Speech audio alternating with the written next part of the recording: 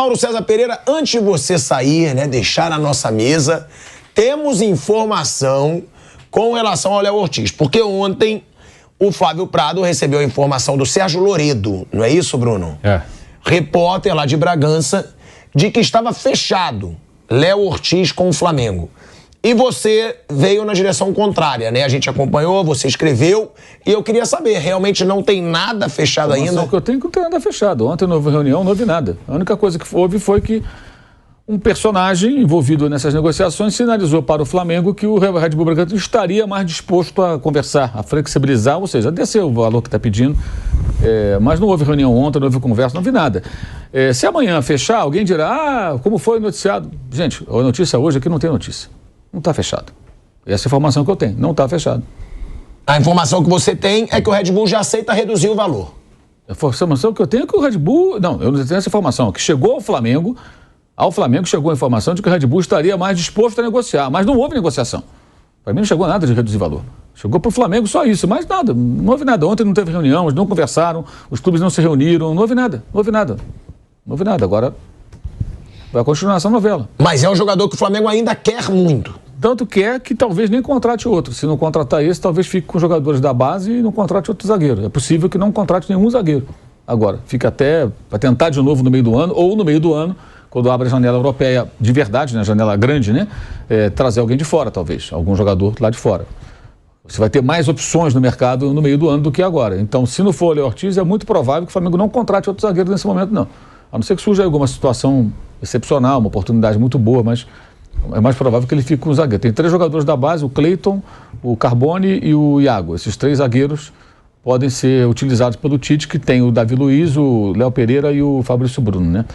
E tocar até o meio do ano, Carioca, um pouquinho de Libertadores ali, né? Do início de brasileiro, com essa rapaziada, e talvez trazer um cara no meio do ano. O Flamengo só quer o Léo Ortiz, o negócio deles é o Léo Ortiz. Eles estão obcecados pelo Léo Ortiz. É o Tite, né? Que convocou ele para a seleção e provavelmente... já falou, para trazer jogador que não for entrar, tá, não adianta. Mas coloca os garotos. Ele prefere, tudo indica, os garotos do que botar um jogador ali que não tem nada a ver.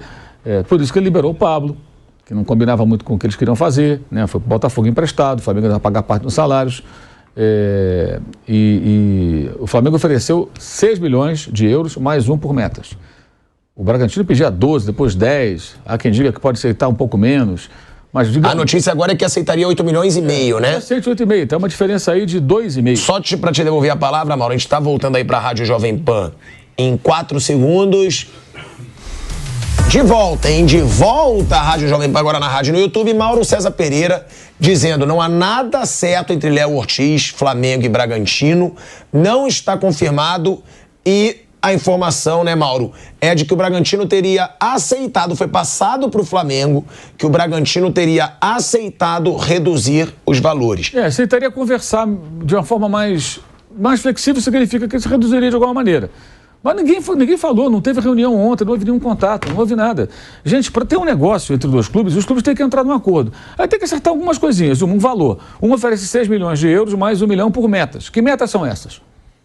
Porque quando você faz um acordo por metas, existem situações, por exemplo, o time A vai contratar o jogador do time B.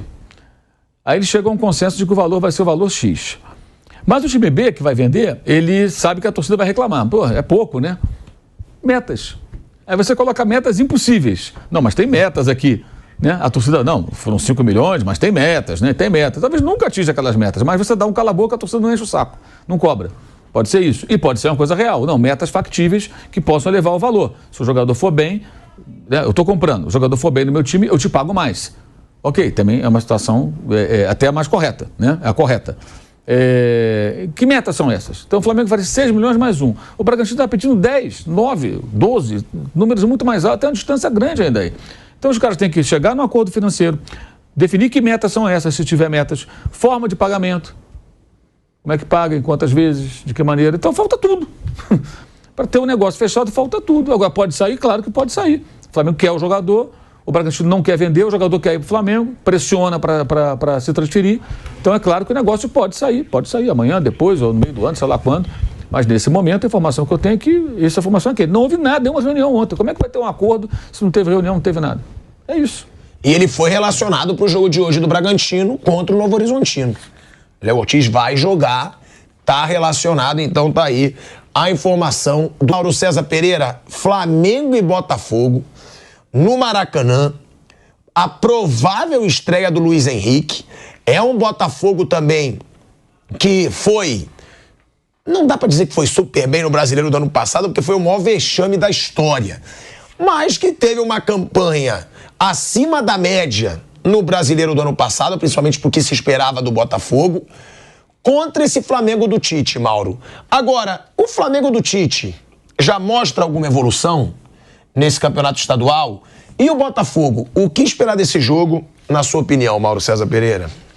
O Botafogo ganhou um jogo dos últimos 4. O Flamengo, no domingo, fez um jogo abaixo do esperado contra o Vasco, né? Ele teve ali a chance de ganhar no final, mas acho que não mereceu. O empate acabou sendo até, acho que, justo pelo que foi a partida. Agora, são times que estão passando por um processo. O Botafogo está sendo reformulado, novo técnico, mudando jogadores. Mudou goleiro, mudou zagueiros, chegando agora do Luiz Henrique, é um Botafogo já diferente.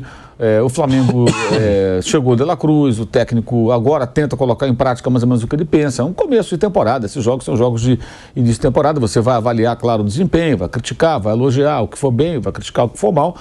Mas são times que ainda vão levar um tempo até atingir aí um patamar técnico, um conjunto, jogo coletivo e tudo mais afinado. Eu acho que não dá para esperar nenhuma maravilha. Mas vai esperar um bom jogo, que seja um jogo disputado, que tenha bons lances, que tenha momentos de emoção para os torcedores. É isso que dá para esperar. E aos poucos você vai poder ver uma evolução ou outra, um jogo melhora, piora. Isso é pré-temporada, gente. Sabe, essa coisa de ficar esperando que os times joguem uma barbaridade. No caso específico do Flamengo, os times do Tite sempre são montados pela defesa, né? Sempre foi assim. Você acha que não vai ter aquele futebol bonito no Flamengo com o Tite? Não sei se vai ter futebol bonito. Até porque o negócio de futebol bonito é muito subjetivo. Eu sei do seguinte, ele monta os times dele pela defesa. Ano passado, ele não montou o time, ele pegou já no meio do campeonato. Então ali é um remendo, tudo e tal. Agora o que acontece? Eu imagino que a primeira preocupação dele é o time correr poucos riscos.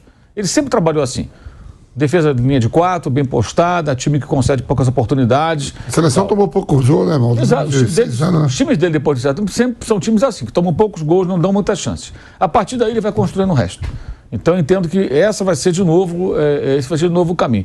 No domingo, teve uma coisa boa no começo do jogo, que foi uma pressão muito forte no campo do Vasco. O Vasco não conseguia trocar passe, não conseguia passar no meio campo. Mas faltou criar jogadas de gol, E em alguns momentos, aí não é nem culpa dele, é um vício de alguns jogadores do Flamengo. Sempre um toquinho mais pro lado, uma bola mais rebuscada, tem chance de arrematar, não chuta, tenta tocar pro colega, tem a chance de bater pro gol, mas aí tem que tentar mais uma ajeitada para pegar um ângulo melhor pro chute. Então, assim, é um time que tem para fazer um gol tem que criar várias chances. O índice de aproveitamento do Flamengo há muito tempo já é muito baixo, assim, em relação às chances criadas e aproveitadas. Então, eu acho que tudo isso não vai se resolver de uma hora para outra. E no caso do Thiago Nunes, menos ainda. Ele também chegou no final sob uma pressão fortíssima para o time ser campeão, já em dificuldades, não foi possível.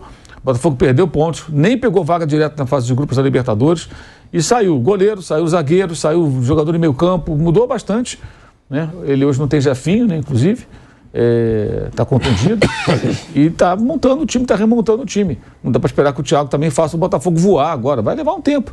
Então até esses resultados, empatou no final de semana mais uma vez, acho que eles são normais dentro de uma preparação. E o Botafogo tem uma outra questão. Ele tem que pensar muito carioca, não. Ele tem que organizar o time. O jogo de hoje para o Botafogo é mais importante, porque é um bom teste para o Botafogo. Ele tem o jogo da Libertadores daqui a pouco, depois do Carnaval. Então, tem 2 etapas. E a segunda etapa deve ser contra o Bragantino. Passando pelo primeiro adversário, o segundo deve ser o Bragantino. Ontem já teve, né? Porto Cabello e Defensor, né? O time uruguaio perdeu, inclusive. Então, é isso. Será que o Luiz Henrique joga hoje, mano? Será que eles botam? Ele estava jogando regularmente. Ele estava jogando, não precisa... Eu imagino que jogue. Se não jogar de saída... Se aparecer no bid, né? Estando regularizado, acho que ele deve jogar. O Vina não, né? Tá machucado? O Vina tá voltando de uma lesão, né? Mas já está no bid, mas acho que ainda não joga. Não pode jogar, né? Ainda não tem condições. Agora, Mauro, pode ser implicância minha, e aí eu te pergunto, eu tô achando o Rossi muito atabalhoado. No domingo, aquela saída de gol dele foi um negócio... Mas sempre, ele sempre sai mal do gol, desde o ano passado. Eu honestamente, não achei bom negócio o Flamengo liberar o Santos nesse contexto. Eu acho que assim, o Rossi não mostrou até hoje ser um goleiro melhor que o Santos. Então, para o Santos sair por 1/3 do valor que foi investido para Fortaleza, é melhor ter ficado no Flamengo. Tem um outro goleiro experiente ali. O Santos não é um mau goleiro. Não é um goleiro espetacular? Não é. Não é. No Flamengo teve uma fase boa, foi campeão, ele foi campeão muito seguro, não cometeu falhas, depois entrou numa fase ruim e tal, não começou muito bem o ano passado, e aí meio que caiu em desgraça, até um negócio até meio exagerado. É um cara muito introspectivo, acho que isso talvez tenha pesado, ficou ali no cantinho dele ali quieto, aí o São Paulo cismou lá com o Matheus Cunha, que claramente não estava pronto. O Matheus Cunha falhou contra o Olímpia, falhou contra o São Paulo na final da Copa do Brasil, falhou vários jogos. É um goleiro ainda... Todos, né? Todos os 3 goleiros do Flamengo falharam muito. Mas o São Paulo cismou com o goleiro mais jovem, com uma ideia de que era melhor com os pés, eu acho que nem isso ele era. Um garoto ainda, pode ser que viesse a ser um grande goleiro, mas não estava nesse nível ainda, para ser titular absoluto, como o São Paulo colocou. Aí só colocou o Rossi quando já tinha, o Matheus já tinha comprometido algumas situações com atuações fracas, ruins, com falhas em lances capitais. Aí colocou o Rossi, mas o Rossi ainda não se provou também não. Domingo, aquela saída de gol dele que o Léo Pereira salvou depois do gol do Vasco, nossa senhora, aquilo é um absurdo, pô. A bola toda dele. Saiu ali perdido na área. Nossa, e já tinha saído mal uma vez anterior. Eu acho que é uma coisa para ficar de olho mesmo. Agora, Bruno, a gente fala de outro clássico, né? Clássico no Campeonato Carioca. E mais uma vez o Gabigol vai começar no banco. Provavelmente. A provável escalação tem o Pedro no banco. O velho Vamp ontem falou que ele continua achando que o Tite não gosta do Gabigol. E no jeito dele, foi brincando ou você falou sério? Que Mauro Betti que me contou. Não, mas que você acha que o Tite até gostou que ele perdeu o pênalti? Pronto. É brincadeira. Ali é brincadeira. Mas esse cara é maluco. Você acha que o treinador vai gostar que perdeu o pênalti? O treinador vai... Pra tirar o peso dele. Mas você que fala. Você acha que o Tite vai brigar que o Gabigol perdeu o pênalti? Tirou o peso de mim. Tirou o peso. Nada. Pra mim, agora, o titular do Tite é o Pedro, pô. O Tite já define aí que seu titular é o Pedro. Que, falando do Tite, eu tenho quase que certeza que o Tite, ele acha o Pedro melhor. O Tite levou o Pedro para a Copa do Mundo. O Pedro, lá em 2020, quando ele teve uma sequência ali, era Covid, teve muito jogador do Flamengo com Covid, teve contusão, ele teve uma sequência de jogos, ele nem era um titular absoluto, o Tite convocou o Pedro em 2020. E depois, em 22, quando ele virou titular com o Dorival, ele convocou. Assim que ele teve uma sequência de jogos, ele convocou de novo e levou o cara para a Copa do Mundo. Então, o Tite gosta mais do Pedro do que do Gabigol. Mas, muitas vezes, os fatos se impõem. E aí depende do Gabigol fazer isso. Porque o Tite teve uma convocação com o Gabigol lá em 16, aí não voltou mais. Só que em 2021... o Tite convocou o Gabigol em quase todas as listas, porque o Gabigol estava muito bem. Então, mesmo que ele não seja um grande fã, mesmo que se o cara estiver bem, ele vai botar. Então, em 21, ele deu várias chances para o Gabigol na seleção. Só que depois não levou para a Copa. Então, se o Gabigol entra hoje, mete gol, o time ganha o jogo, entra no outro jogo, entra bem, ele vai acabar entrando. O Pedro hoje, acho que o Tite ele roda, todos os treinadores rodam de alguma maneira o elenco, porque tem muito jogo, e você tem o time dos grandes jogos, clássicos, finais. Hoje, no time dos grandes jogos do Flamengo, o Gabigol não está. É o Pedro com o Cebolinha. Mas o Gabigol vai ter chance nos outros jogos. Se ele aproveitar e começar a meter gol, ele ficar claramente melhor que o Pedro, ele vai ter chance. Ele pode até ganhar essa posição para os grandes jogos, mas para mim é claro que o Tite gosta mais do Pedro. Eu gosto mais do Gabigol, mas o Tite gosta mais do Pedro, sim. Como jogador, não estou nem dizendo outras coisas de relação. Ele acha o Pedro melhor. O Vamp acha que gosta até mais como pessoa também. Que o Vamp acha que ele não gosta e já teve a informação, inclusive. Mauro Betti me falou, não trabalha mais comigo, Mauro Betti que me contou. Foi o Mauro Betti que te falou que o Tite não gosta do Gabigol. Falou, Mauro Betti. Pode botar na conta dele. Ano passado, eu era a favor de botar o Gabigol um pouco no banco sim, porque eu não via comprometimento nenhum dele. Nenhum. Esse ano, eu vejo, Mauro, não sei se você concorda, um Gabigol tentando se motivar. Um Gabigol buscando, treinando nas férias, postando. Foi o primeiro a se reapresentar também no Flamengo.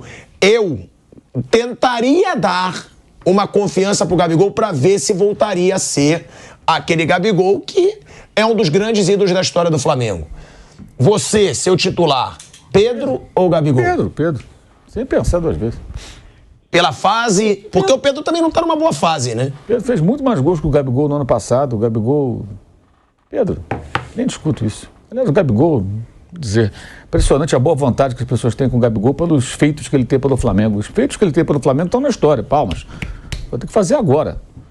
Fazer agora. Perdeu 4 pênaltis em menos de um ano. Domingo perdeu um pênalti batendo de forma até displicente. Ele sempre bate assim. Mauro, só um minuto que a gente vai voltar aí pra Rádio Jovem Pan em 3 segundinhos. De volta, hein? De volta à Rádio Jovem Pan, agora na rádio e no YouTube. Mauro César dizendo que pra ele o titular é o Pedro e falando sobre a fase do Gabigol. Bom, o Gabigol perdeu 4 pênaltis em menos de um ano. 3 defendidos pelos goleiros. Se você pegar antes disso, ele bateu mais de 50. Nenhum goleiro defendeu o pênalti dele. Nenhum goleiro. O último que tinha defendido o pênalti do Gabriel foi o César do Flamengo, Gabriel pelo Santos, em 2018. 19, 20, 21, 22. 4 temporadas, mais de 50 pênaltis, nenhum goleiro defendeu. A maioria dos goleiros ia para um lado, a bola para o outro, porque ele bate daquele jeito, ele espera o goleiro se movimentar. Só que os caras já estão percebendo. O Vinícius Dias do Volta Redonda defendeu ano passado. O Flamengo venceu por 3-1, ele fez 2 gols. Ele perdeu um pênalti. Depois estou na trave contra o Cruzeiro, Maracanã. O jogo foi 1-1. Depois ele perdeu contra o Rafael Grando, lá do Grêmio, na Copa do Brasil. Foi 2-0 o Flamengo e ele perdeu um pênalti. O goleiro defendeu. E agora, novamente, foi a vez do Léo Jardim. E as defesas acontecem como? Os goleiros agora esperam até o final. Quando ele chega muito perto da bola, não dá para dar muita violência no chute, porque ele está muito perto, ele vai ter que tocar no cantinho. E o goleiro espera até o final e vai lá e cata. Foi uma defesa até fácil pro Léo Jardim, porque foi muito bem, né? Uma elogia, que é o goleiro do Vasco. Agora, velho Vamp, o Dunga deu na canela do Tite. Tá valendo. Deu na canela do Tite, ele deu uma entrevista e aí perguntam se ele tinha alguma crítica ao Tite. E aí o Dunga, ele diz o seguinte: não sou crítico, mas acho o seguinte, né? Ele falou que se preparou 8 anos ou 10 anos para vencer a Copa do Mundo e chegou no mesmo lugar que eu, que não tinha experiência. Quer que eu seja polêmico? Eu não botei minha mãe para dar entrevista na Globo. Eu não fiz propaganda de ninguém. E não falei que era o melhor. Os caras foram bater na minha casa para eu ser treinador. No futebol, muitas pessoas vendem umas coisas. Todo mundo é bom, todo mundo tem defeito. E a gente tem que analisar por aquilo que aconteceu, pelo que é a realidade. As pessoas falam, tem que ter experiência. Porra! O Brasil ganhou 5 Copas do Mundo e quantos caras experientes passaram por lá? Toma essa. Toma essa. Eu vou ler depois o complemento, porque foi uma porrada, mas foi uma porrada e ele tá certo. O Tite foi pro mesmo lugar que ele e a seleção dele jogou melhor que a do Tite. A seleção de 2010 jogou melhor que a de 2018 e que a de 2022. Tô mentindo? Não, saiu no jogo que tava jogando bem até contra a Holanda, né? pô. Mas assim, eu não entendi o negócio da mãe. O que foi que teve? A mãe, Tite levou a mãe pra Globo? Que bota a mãe pra dar entrevista na Globo, aquelas palhaçadas lá de... Você fazia lá quando trabalhava, né? Isso eu fiz muito, isso eu fiz muito. Eu não minto não, irmão. Eu não minto, isso eu fiz. Que gostosinho. Eu não sei aquela... que você fazia, quando eu não fazia faço, até demais. Demais. Fora do país e tudo, né? Não, a mãe era no Brasil. Os caras eram na Europa. Assim, cospe no prato que comia. Aí, tá indo cuspe no prato que comia. Aí, tá certo ou não tá? Tá bom, você brincou, falou. Não, assim, o Dunga tá certo ou não tá? Tem algum problema entre os dois? Porque do nada falar assim. Eu achei estranho também quando eu tava lendo isso tudo assim. Os números tá ali, tudo igual. Aí ele falou que ganhou Copa das Confederações, ganhou Copa América, o Tite também ganhou. O Tite não ganhou Copa das Confederações, né? Nem disputou. Não. Nem disputou, não teve, né? Não tinha mais, né? Mas não entendi, o capitão saiu assim, tirando pedras. De vez em quando se agachar da briga entre eles, né? Fala muito, não sei o quê, fizeram as pazes agora no ano passado, né? Tite e Filipão, né? Atlético Mineiro, pelo menos se cumprimentar na frente de todo mundo. Eu gosto, de vez em quando os gaúchos brigam entre eles, né? A província de São Pedro. A província de São Pedro, de vez em quando, a porra estrala lá pro lado de lá. Porque o Dunga... Não entendi essa declaração do Dunga. Você não tem que entender nada. Você tem que dizer se você concorda ou não. Você não é terapeuta dele. Você não é psicólogo. Eu não é negócio da mãe, né? Aí ele falou, essas matérias aí, você fazia essa bobagem direto. Com o irmão, família, chorando. O que ele quis dizer é que ele não ficava babando o ovo da Globo. É isso. O Lula, o Dunga, ele fechou. Tá até na minha cabeça. O Dunga, ele fechou. Lula, nem me bota pra falar de política aqui, que eu falo, hein? Não, fica quieto. Vamos lá, vamos sair do ar. O Dunga, ele deixou claro que ele não tinha rabo preso com a Globo. Inclusive, teria aquela palhaçada lá de punirem ele por causa do Escobar, perseguiram ele depois, teve tudo aquilo. E aí foi isso que ele quis dizer, que ele não ficou babando o ovo da Globo, número tá certo. o outro babou isso, e que acabou a mesma coisa. Os números ele fala que não se preparou, que foram buscar ele dentro de casa, os números tá aí para se provar. Agora, eu não entendi por quê, botou mãe, botou tudo, porque poderia ser mais suave, né? O Tite teve o mesmo número que eu fui muito massacrado, não entra. Mas às vezes o cara guarda com ele, que criticam muito ele, porque tem isso, eu sempre falei isso aqui.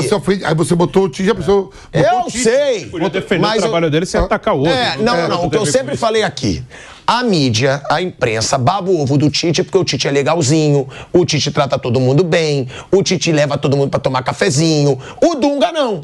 Aí deve ter ficado puto com isso. Os caras me metiam a porrada no Tite, que perdeu 2 Copas do Mundo, tendo 4 anos pra se preparar, ninguém mete a porrada.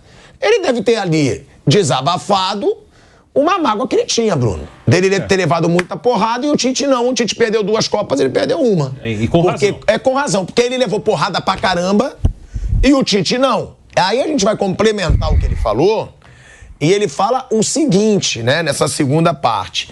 Ele fala, as pessoas querem ver só o lado negativo. Por exemplo, ganhou de 3-0 da Argentina lá. Eu também ganhei. Olha o que ele fala.